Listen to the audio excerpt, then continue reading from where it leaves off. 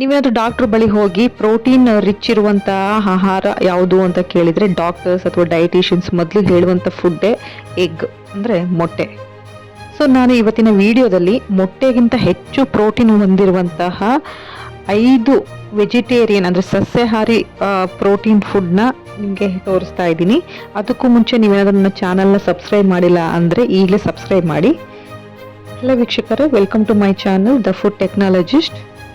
First of all protein ಯಾಕೆ ತುಂಬ important, ಯಾಕೆ ಇದು ನಮ್ಮ ದೇಹಕ್ಕೆ ತುಂಬಾ ಅಗತ್ಯವಾಗಿ ಬೇಕಾಗಿರುವಂಥದ್ದು, ಅಂದರೆ ಇದು ನಮ್ಮ ದೇಹದಲ್ಲಿ ಮಾಡುವಂಥ ಪ್ರಮುಖ ಕಾರ್ಯಗಳು ಮತ್ತು ಪ್ರಯೋಜನಗಳಾದರೂ ಏನು ಅಂತ ನೋಡೋದಾದರೆ ನೋಡಿ, ಮೊದಲನೇದಾಗಿ ಸ್ನಾಯುಗಳ ಬೆಳವಣಿಗೆಗೆ ಅಂದರೆ ಪ್ರೋಟೀನ್ ಸ್ನಾಯುಗಳನ್ನ ಬಲಪಡಿಸಲು ಮತ್ತು ದೈಹಿಕ ಚಟುವಟಿಕೆಯಿಂದ ಹಾನಿಗೊಳಗಾದಂಥ ಅಂಗಾಂಶಗಳನ್ನು ಸರಿಪಡಿಸಲು ಸಹಾಯ ಮಾಡುತ್ತವೆ. ಅಲ್ಲದೆ ಮೂಳೆಗಳು, ಚರ್ಮ, ಕೂದಲು ಮತ್ತು ಉಗುರುಗಳು ಸೇರಿದಂತೆ ದೇಹದ ಪ್ರತಿಯೊಂದು ಕೋಶ ಮತ್ತು ಅಂಗಾಂಶಗಳ ರಚನೆಗೆ ಈ ಪ್ರೋಟೀನ್ ಬೇಕು. ಹಾಗೆ ರೋಗಗಳ ವಿರುದ್ಧ ಹೋರಾಡುವಂತಹ ಆಂಟಿಬಾಡೀಸ್ ಪ್ರೋಟೀನ್ಗಳಿಂದ ಮಾಡಲ್ಪಟ್ಟಿರುತ್ತದೆ. ಇದು ನಮ್ಮ ರೋಗ ನಿರೋಧಕ ವ್ಯವಸ್ಥೆಯನ್ನು ಬಲಪಡಿಸುತ್ತದೆ. ಅಲ್ಲದೆ ಈ ಕಿಣ್ವಗಳು ಅಂತೀವಲ್ಲ, ಎಂಜೈಮ್ಸ್ ಮತ್ತು ಹಾರ್ಮೋನ್ಸ್ಗಳನ್ನು, ಇನ್ಸುಲಿನ್ ಅಂತಹ ಪ್ರಮುಖ ಹಾರ್ಮೋನ್ಗಳ ಉತ್ಪಾದನೆಗೆ ಈ ಪ್ರೋಟೀನ್ ಅಗತ್ಯವಾಗಿ ಬೇಕಾಗಿರುವಂತಹದ್ದು. ಅಲ್ಲದೆ ಹಿಮೋಗ್ಲೋಬಿನ್ ಎಂಬ ಪ್ರೋಟೀನ್ ರಕ್ತದಲ್ಲಿ ಆಮ್ಲಜನಕವನ್ನು ಸಾಗಿಸುತ್ತದೆ. ಹಾಗೆ ಇತರ ಪೋಷಕಾಂಶಗಳನ್ನು ದೇಹದಾದ್ಯಂತ ಸಾಗಿಸಲು ಈ ಪ್ರೋಟೀನ್ಗಳು ತುಂಬಾ ನೆರವಾಗುತ್ತೆ. ಮುಖ್ಯವಾಗಿ ತೂಕ ನಿರ್ವಹಣೆ ನೋಡಿ, ಪ್ರೋಟೀನ್ ಯುಕ್ತ ಆಹಾರ ಸೇವನೆಯು ಹೊಟ್ಟೆ ತುಂಬಿದ ಭಾವನೆಯನ್ನು ದೀರ್ಘಕಾಲ ಕಾಪಾಡಿಕೊಳ್ಳಲು ಸಹಾಯ ಮಾಡುತ್ತದೆ. ಇದು ಅತಿಯಾಗಿ ತಿನ್ನುವುದನ್ನು ಕಡಿಮೆ ಮಾಡಿ ತೂಕ ಇಳಿಕೆಗೆ ತುಂಬಾ ಸಹಕಾರಿ. ಅಲ್ಲದೆ ನಮ್ಮ ಮೂಳೆಗಳನ್ನು ಬಲಪಡಿಸಲು ಮತ್ತು ಆಸ್ಟಿಯೋಪೋರೋಸಿಸ್ನಂತಹ ಸಮಸ್ಯೆಗಳನ್ನು ತಡೆಯಲು ಈ ಪ್ರೋಟೀನ್ ತುಂಬಾ ಸಹಕಾರಿ. ಪ್ರೋಟೀನ್ ಬಗ್ಗೆ ಹೇಳ್ತಾ ಹೋದರೆ ತುಂಬಾ ಇದೆ. ಮುಂಬರುವ ವಿಡಿಯೋಗಳಲ್ಲಿ ಪ್ರೋಟೀನ್ ಬಗ್ಗೆನೇ ನಾನು ಒಂದು ಡೀಟೇಲ್ಡ್ ವಿಡಿಯೋಗಳನ್ನ ಮಾಡ್ತೀನಿ. ನೋಡಿ, ಪ್ರೋಟೀನ್ ಫುಡ್ ಅಂದ ತಕ್ಷಣ ಎಲ್ಲರ ತಲೆಯಲ್ಲಿ ಬರುವಂತಹದ್ದು ಮೊಟ್ಟೆ. ಹೌದು, ಏಕೆಂದರೆ ಈ ಒಂದು ಮೊಟ್ಟೆಯಲ್ಲಿ ಒಂದು ಮೊಟ್ಟೆಯಲ್ಲಿ ನಮಗೆ 6 ಗ್ರಾಮ್ನಷ್ಟು ಪ್ರೋಟೀನ್ ಸಿಗುತ್ತೆ. ಅಲ್ಲದೆ ಎಷ್ಟೋ ರಿಸರ್ಚ್ಗಳ ಪ್ರಕಾರ ಈ ಒಂದು ಕಮರ್ಷಿಯಲ್ ಎಗ್ಗಲ್ಲಿ ದೇಸಿ ಎಗ್ಗಿಗೆ ಕಂಪೇರ್ ಮಾಡಿದರೆ ಒಮೆಗಾ ಫ್ಯಾಟಿ ಆಸಿಡ್ ಮತ್ತು ಆ್ಯಂಟಿ ಆಕ್ಸಿಡೆಂಟ್ಸ್ ಹಾಗೆ ಕೆಲವೊಂದು ನ್ಯೂಟ್ರಿಷನ್ ಕಡಿಮೆ ಇರುತ್ತೆ. ಏಕೆಂದರೆ ಈ ಕಮರ್ಷಿಯಲ್ ಎಗ್ ಕೊಡುವಂಥ ಕೋಳಿಗಳ ಸಾಗಾಣಿಕೆ ಕೇಂದ್ರ ಅಂದರೆ ಪೌಲ್ಟ್ರಿ ಫಾರ್ಮ್ನಲ್ಲಿ ಕೋಳಿಗಳನ್ನು ಸಾಮಾನ್ಯವಾಗಿ ಸೀಮಿತ ಸ್ಥಳಗಳಲ್ಲಿ ಮತ್ತು ಕಿರಿದಾದ ಪಂಜರಗಳಲ್ಲಿ ಇಡಲಾಗಿರುತ್ತದೆ. ಇದು ಎಥಿಕಲ್ ಕನ್ಸರ್ನ್ ನಾವು ಇದರಲ್ಲಿ ನೋಡಬಹುದು. ಅಲ್ಲದೆ ಕೋಳಿಗಳ ಆರೋಗ್ಯದ ಮೇಲೆ ತುಂಬ ಪರಿಣಾಮ ಬೀರುತ್ತೆ. ಕೆಲವು ಅಧ್ಯಯನಗಳು ಹೇಳಿರೋ ಪ್ರಕಾರ ಈ ಕಮರ್ಷಿಯಲ್ ಮೊಟ್ಟೆಗಳಿಗೆ ನಿಷೇಧಿತ ರಾಸಾಯನಿಕಗಳು ಮತ್ತು ಆಂಟಿಬಯೋಟಿಕ್ಸ್ಗಳನ್ನ ಯೂಸ್ ಮಾಡ್ತಾರೆ ಅಂತ ವರದಿಯಾಗಿದೆ. ಸೊ ಈವನ್ FSSAI ಕೂಡ ಈ ಒಂದು ಬ್ಯಾಂಡ್ ಆಂಟಿಬಯೋಟಿಕ್ಸ್ನ ಯೂಸ್ ಮಾಡಬಾರ್ದು ಅಂತ ಸ್ಟ್ರಿಕ್ಟ್ ಆರ್ಡರ್ ತಂದಿದ್ರು ಕೂಡ ಎಷ್ಟೋ ಕಡೆ ಇಲ್ಲಿಗಲ್ ಆಗಿ ಇವುಗಳನ್ನ ಯೂಸ್ ಮಾಡ್ತಿದ್ದಾರೆ ಅಂತ ಆಗಾಗ ವರದಿ ಆಗ್ತಾನೆ ಇರುತ್ತೆ. ಇತ್ತೀಚೆಗೆ ಬಂದಿರೋ ನಿಮ್ಗೆ ನ್ಯೂಸ್ಗಳು ಕೂಡ ನೋಡಿರ್ತೀರಾ. ಇದು ಮೊಟ್ಟೆಯ ಕತೆ. ಆದರೆ ಈಗ ಮೊಟ್ಟೆಗಿಂತ ಹೆಚ್ಚು ಪ್ರೋಟೀನ್ ಇರುವಂಥ 5 ವೆಜಿಟೇರಿಯನ್ ಅಂದರೆ ಸಸ್ಯಾಹಾರಿ ಪ್ರೋಟೀನ್ ಫುಡ್ ಬಗ್ಗೆ ತಿಳಿದುಕೊಳ್ಳೋಣ. ಅದು ಯಾವುದಪ್ಪ ಅಂದರೆ ನಂಬರ್ 1 ಕಡಲೆ ಬೀಜ ಅಂದರೆ ಶೇಂಗಾ ಬೀಜ. ನೋಡಿ, ಬಾದಾಮಿ, ಕ್ಯಾಶ್ಯೂ, ವಾಲ್ನಟ್ಗೆ ಕಂಪೇರ್ ಮಾಡಿದರೆ ಈ ಒಂದು ಶೇಂಗಾ ಬೀಜದಲ್ಲಿ ಹೈಯೆಸ್ಟ್ ಪ್ರೋಟೀನ್ ಇದೆ. ಒಂದು ಹ್ಯಾಂಡ್ಫುಲ್ ಶೇಂಗಾ ಬೀಜದಲ್ಲಿ ನಮಗೆ 7 ಗ್ರಾಮ್ ಪ್ರೋಟೀನ್ ಸಿಗುತ್ತೆ ಅಂದರೆ ನಿಮಗೆ ನಂಬಕ್ಕಾಗುತ್ತಾ? ಹೌದು, ನಂಬಲೇಬೇಕು. ಅದಕ್ಕೇನೆ ಇದನ್ನು ಬಡವರ ಬಾದಾಮಿ ಅಂತ ಕರೆಯೋದು. ಅಲ್ಲದೆ ಪ್ರೋಟೀನ್ ಹೊರತುಪಡಿಸಿ ಈ ಶೇಂಗಾ ಬೀಜದಲ್ಲಿ ಹೆಲ್ದಿ ಫ್ಯಾಟ್ಸ್ ಕೂಡ ಇದೆ.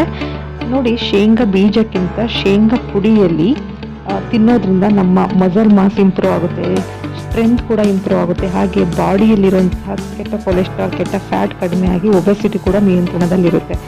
ಶೇಂಗಾವನ್ನು ಆಹಾರದಲ್ಲಿ ಹೇಗೆ ಅಳವಡಿಸಿಕೊಳ್ಬಹುದು ಅಂತ ಅಂದರೆ ಇದನ್ನು ಸ್ನ್ಯಾಕ್ಸ್ ರೂಪದಲ್ಲಿ ಅಂದರೆ ಹುರಿದು ಬಿಟ್ಟು ತಿನ್ಬೋದು, ಇಲ್ಲ ಅವಲಕ್ಕಿ ಅಥವಾ ಚಿತ್ರಾನ್ನ ಜೊತೆ ಸೇರಿಸಿ ತಿನ್ಬೋದು. ಬಟ್ ದ ಬೆಸ್ಟ್ ಮೆಥಡ್ ಏನಪ್ಪ ಅಂದರೆ ಪೀನಟ್ ಬಟರ್ ಮಾಡಿಕೊಂಡು ತಿನ್ನೋದ್ರಿಂದ ನಮಗೆ ಇದ್ರದ್ದು ತುಂಬಾ ಒಂದು ಬೆನಿಫಿಟ್ ಸಿಗುತ್ತೆ. ಏನಾದರೂ ಪ್ರೋಟೀನ್ ಸಿಗುತ್ತೆ ಅಂತ ಜಾಸ್ತಿ ನಾನ್ ವೆಜ್ ಅಥವಾ ಮೀಟ್ ಅಂದರೆ ಮಾಂಸಾಹಾರ ತಿಂತಾ ಇದ್ರೆ ಅದು ತುಂಬಾ ಡೇಂಜರ್. ಏಕೆಂದರೆ ಇದು ಹಾರ್ಟ್ ಡಿಸೀಸ್ ರಿಸ್ಕ್ ಇನ್ಕ್ರೀಸ್ ಮಾಡುವಂಥ ಚಾನ್ಸಸ್ ಜಾಸ್ತಿ ಇರುತ್ತೆ. ಹಾಗಾಗಿ ರೆಗ್ಯುಲರ್ ಆಗಿ ಶೇಂಗಾ ಬೀಜ ತಿನ್ನೋದ್ರಿಂದ ಹಾರ್ಟ್ ರಿಸ್ಕ್ ತುಂಬಾ ಕಡಿಮೆ ಆಗುತ್ತೆ. ಹಾಗಂತ ತುಂಬ ಅತಿಯಾಗಿ ಸೇವನೆ ಕೂಡ ಮಾಡಬಾರ್ದು. ದಿನಕ್ಕೆ ಒಂದು 15ರಿಂದ 20 ಕಾಳು ಅಥವಾ 2 ಸ್ಪೂನಷ್ಟು ಪೀನಟ್ ಬಟರ್ ತಿಂದರೆ ಅದು ಒಂದು ಸಫಿಷಿಯೆಂಟ್ ಪ್ರೋಟೀನ್ ನಮಗೆ ಅದರಿಂದ ಸಿಗುತ್ತೆ. ಈಗ second protein rich vegetarian food ಯಾವುದು ಅಂದರೆ ರೋಸ್ಟೆಡ್ ಚೆನ್ನ ಅಂದರೆ ಹುರಿಗಡಲೆ. ನಿಮಗೆ ಗೊತ್ತಿರಲಿ, 100 ಗ್ರಾಮ್ ಹುರಿದ ಕಡಲೆಯಲ್ಲಿ 22 ಗ್ರಾಮ್ನಷ್ಟು ಪ್ರೋಟೀನ್ ಸಿಗುತ್ತೆ. ಅಲ್ಲದೆ ಇದು ರೋಸ್ಟ್ ಮಾಡಿರೋದ್ರಿಂದ ಇದರಲ್ಲಿ ಯಾವುದೇ ಆಂಟಿ ನ್ಯೂಟ್ರಿಯೆಂಟ್ಸ್ ಇರೋದಿಲ್ಲ, ಅಂದರೆ ಈ ಫೈಟಿಕ್ ಆಸಿಡ್ ಅಂತೀವಲ್ಲ, ಇದೆಲ್ಲ ಯಾವುದು ಇರೋದಿಲ್ಲ. ಅಲ್ಲದೆ ಅಲ್ಲದೆ ಕೆಲವು ರಿಸರ್ಚ್ಗಳ ಪ್ರಕಾರ ಇದರಲ್ಲಿರುವಂಥ ಪ್ರೋಟೀನ್ ಕ್ವಾಲಿಟಿ ಬೇರೆಲ್ಲ ಕಾಳುಗಳಿಗಿಂತ ಉತ್ತಮವಾಗಿರುತ್ತದೆ. ಹಾಗಾಗಿ ನಮ್ಮ ಇಂಡಿಯನ್ ರೆಸ್ಟ್ಲರ್ಸ್ ಕೂಡ ಇದನ್ನು ಸೂಪರ್ ಫುಡ್ ಅಂತ ತಿಂತಾರೆ. ನೋಡಿ, ನೀವು ಮಕ್ಕಳಿಗೆ ಅಥವಾ ವಯಸ್ಸಾದವರು ಯಾರೇ ಆಗಲಿ ಈ ಚಿಪ್ಸ್ ತಿನ್ನುವ ಬದಲು ಈ ಒಂದು ರೋಸ್ಟೆಡ್ ಚೆನ್ನನ್ನು ಸ್ನ್ಯಾಕ್ಸ್ ಆಗಿ ತಿನ್ನೋದ್ರಿಂದ ಬಾಯಿಗೆ ರುಚಿ ಕೊಡೋದಲ್ಲದೆ ಆರೋಗ್ಯ ಕೂಡ ಒಳ್ಳೆಯದು. ಅಲ್ಲದೆ ಇದರಲ್ಲಿ ಲೋ ಗ್ಲೈಸೆಮಿಕ್ ಇಂಡೆಕ್ಸ್ ಇರೋದ್ರಿಂದ ಇದನ್ನ ನಾವು ಸೂಪರ್ ಫುಡ್ ಅಂತಾನೆ ಹೇಳ್ಬೋದು. ಈಗ ನಂಬರ್ 3 ಪ್ರೋಟೀನ್ ರಿಚ್ ಫುಡ್ ಯಾವುದಪ್ಪ ಅಂದರೆ ಮಿಲ್ಕ್, ಅಂದರೆ ಹಾಲು. ನೋಡಿ, ಜಸ್ಟ್ 1 ಗ್ಲಾಸ್ ಹಾಲಲ್ಲಿ ನಮಗೆ 10 ಗ್ರಾಮ್ ಕ್ವಾಲಿಟಿ ಪ್ರೋಟೀನ್ ಸಿಗುತ್ತೆ. ಈ ಒಂದು ಪ್ರೋಟೀನ್ ಹೊರತುಪಡಿಸಿ ಇದರಲ್ಲಿ vitamin D, vitamin B12, CLA, omega 3 fatty acid ಹಾಗೆ ಕ್ಯಾಲ್ಸಿಯಂನಂತಹ ಯಥೇಚ್ಛ ಪೋಷಕಾಂಶಗಳು ಈ ಒಂದು ಹಾಲಿನಲ್ಲಿರುತ್ತೆ. ಇದೆಲ್ಲ ಪೋಷಕಾಂಶಗಳು ಇರೋದ್ರಿಂದನೇ ಇದನ್ನು veg alternative food for non veg food ಅಂತ ಹೇಳ್ತಾರೆ. ಹಾಗೆ ಈ ಹಾಲನ್ನ ಡೈರೆಕ್ಟಾಗಿ ಕನ್ಸ್ಯೂಮ್ ಮಾಡ್ಬೋದು, ಇಲ್ಲಾಂದರೆ ಮಿಲ್ಕ್ ಶೇಕ್ ಆ ಥರ ಸ್ಮೂದಿ ಮಾಡ್ಕೊಂಡು ಕೂಡ ಕುಡಿಬೋದು. ನೋಡಿ, ಫಿಸಿಕಲ್ ಆಕ್ಟಿವಿಟಿ ಅಥವಾ ವರ್ಕೌಟ್ ಮಾಡಿದ ಮೇಲೆ ಹಾಲು ಕುಡಿಯೋದ್ರಿಂದ ನಮ್ಮ ಮಸಲ್ ಡ್ಯಾಮೇಜ್ ಪ್ರಿವೆಂಟ್ ಆಗುತ್ತೆ, ಹಾಗೆ ಬಾಡಿ ಸ್ಟ್ರೆಂತ್ ಕೂಡ ಹೆಚ್ಚುತ್ತೆ. ಮತ್ತು ಈ ಮಿಲ್ಕ್ನ ಸ್ಪೆಷಾಲಿಟಿ ಏನಪ್ಪ ಅಂದರೆ ಈ ಒಂದು ಮಿಲ್ಕು ವರ್ಸಟೈಲ್. ಹೇಗೆ ಅಂದರೆ ಇದರಿಂದ ನಮಗೆ ಎಷ್ಟೋ ಬೈ ಪ್ರಾಡಕ್ಟ್ನ ಮಾಡ್ಬೋದು. ನೋಡಿ, ಹಾಲಿಗೆ ಒಂದು ನಿಂಬು ಹಿಂಡಿದ್ರೆ ನಮಗೆ ಪನ್ನೀರ್ ಸಿಗುತ್ತೆ. ಆ ಒಂದು 100 ಗ್ರಾಮ್ ಪನ್ನೀರಲ್ಲಿ ನಮಗೆ 20 ಗ್ರಾಮ್ ಪ್ರೋಟೀನ್ ಸಿಗುತ್ತೆ. ಹಾಗೆಯೇ ಹಾಲಿಂದ ಮೊಸರು ಕೂಡ ಮಾಡ್ಕೊಳ್ಬೋದು. ನೋಡಿ, 1 ಬಟ್ಲು ಮೊಸರಿನಲ್ಲಿ ನಮಗೆ 7 ಗ್ರಾಮ್ನಷ್ಟು ಪ್ರೋಟೀನ್ ಸಿಗುತ್ತೆ. ಓವರಾಲ್ ಆಗಿ ನೋಡೋದಾದ್ರೆ ಹಾಲು ಮತ್ತು ಹಾಲಿನ ಉತ್ಪನ್ನಗಳಲ್ಲಿ ಪ್ರೋಟೀನ್ ಜೊತೆಗೆ ಎಷ್ಟೋ ತರಹದ ಪೋಷಕಾಂಶಗಳು ಕೂಡ ನಮಗೆ ಸಿಗುತ್ತೆ. ನಂಬರ್ 4 ಪ್ರೋಟೀನ್ ರಿಚ್ ಫುಡ್ ಯಾವುದಪ್ಪ ಅಂದರೆ ಗ್ರೀನ್ ಪೀಸ್, ಅಂದರೆ ಹಸಿರು ಬಟಾಣಿ. ನೋಡಿ, ಈ ಹಸಿರು ಬಟಾಣಿಯಲ್ಲಿ ಪ್ರೋಟೀನ್ ಮಾತ್ರ ಜಾಸ್ತಿ ಇರೋದಿಲ್ಲ, ಬದಲಿಗೆ complete source of high quality protein ಇದೆ. ನೋಡಿ, ಕಂಪ್ಲೀಟ್ ಪ್ರೋಟೀನ್ ಅಂತಂದರೆ ಈ 9 ಎಸೆನ್ಷಿಯಲ್ ಅಮಿನೋ ಆಸಿಡ್ಸ್ಗಳ ಒಳಗೊಂಡಿರುವಂಥ ಪ್ರೋಟೀನ್ ಈ ಒಂದು ಹಸಿರು ಬಟಾಣಿಯಲ್ಲಿದೆ. ನೋಡಿ, 1 ಕಪ್ ಹಸಿರು ಬಟಾಣಿ ನಮಗೆ 9 ಗ್ರಾಮ್ನಷ್ಟು ಪ್ರೋಟೀನ್ ಕೊಡುತ್ತೆ. ಇದರಿಂದ ಬ್ಲಡ್ ಶುಗರ್ ಲೆವೆಲ್ ಕಡಿಮೆ ಮಾಡುತ್ತೆ. ಹಾಗೆ ಈ ಹಸಿರು ಬಟಾಣಿ ಗ್ಯಾಸ್ ಆಗೋದ್ರಿಂದ ಮಧ್ಯಾಹ್ನ ಅಥವಾ ನೀವು ನೈಟ್ ಊಟಕ್ಕೆ ಬಳಸೋದು ಉತ್ತಮ ಆಯ್ಕೆ. ಈಗ number 5 high protein rich food ಯಾವುದಪ್ಪ ಅಂದರೆ ಬ್ಲ್ಯಾಕ್ ಉರುದ್, ಅಂದರೆ ಕನ್ನಡದಲ್ಲಿ ಉದ್ದಿನ ಕಾಳು ಅಂತೀವಲ್ಲ ಅದು. ನೋಡಿ, 1 ಬಟ್ಲು ಉದ್ದಿನ ಕಾಳಿನಲ್ಲಿ ನಮಗೆ 15 ಗ್ರಾಮ್ನಷ್ಟು ಪ್ರೋಟೀನ್ ಸಿಗುತ್ತೆ. ಇದರಲ್ಲಿ ಕೇವಲ ಪ್ರೋಟೀನ್ ಮಾತ್ರ ಜಾಸ್ತಿ ಇರಲ್ಲ, ಬದಲಿಗೆ ಮೈಕ್ರೋ ನ್ಯೂಟ್ರಿಯೆಂಟ್ಸ್ಗಳಾದಂತಹ ಮೆಗ್ನೀಷಿಯಂ, ಮ್ಯಾಂಗನೀಸ್, ಜಿಂಕ್ ಕೂಡ ಇರುತ್ತೆ. ಈ ಮೆಗ್ನೀಷಿಯಂ ಮಸಲ್ಸ್ನ ರಿಲ್ಯಾಕ್ಸ್ ಮಾಡಿದರೆ, ಮ್ಯಾಂಗನೀಸ್ ಬಾಡಿಗೆ ಸ್ಟ್ರೆಂತ್ ಕೊಡುತ್ತೆ, ಹಾಗೆ ಜಿಂಕ್ ಟೆಸ್ಟೋಸ್ಟಿರಾನ್ನ ಇನ್ಕ್ರೀಸ್ ಮಾಡುತ್ತೆ. ಅಲ್ಲದೆ ಮಸಲ್ನ ಬಿಲ್ಡ್ ಮಾಡಲಿಕ್ಕೆ ಉದ್ದಿನ ಕಾಳು ಸೂಪರ್ ಫುಡ್ ಅಂತಾನೆ ಹೇಳ್ಬೋದು.